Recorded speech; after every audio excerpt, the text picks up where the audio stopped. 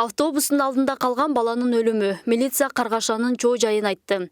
Жеткинчек автобус бир нече метр жүргөндө арткы дөңгөлөгүнө кирип кеткен. Бул учурда айдоочу окуучунун кыпчылып калганын көргөн эмес. 3-октябрда саат 15:30 чамасында Маевкадан чыгып күн тууну көздөй бараткан номер 18 автобустун дөңгөлөгү алдында калып көз жумган баланын кийими темирге кыпчылып, бир нече метрге чейин сүйрөлүп барган. Бул тууралуу Чүй облустук милициясынан кабарлашты. Каргаша тууралуу кечээ белгилүү болгон. Бала 11 жашта 5-класстын окуучусу экендиги аныкталды.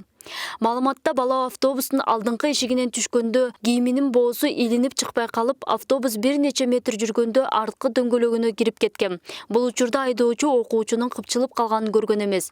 Окуучу номер 4-ооруканада эсине келбей каза болгон. Бардык экспертизалар дайындалып, автобус айып короого токтотулуп, айдоочу кармалды.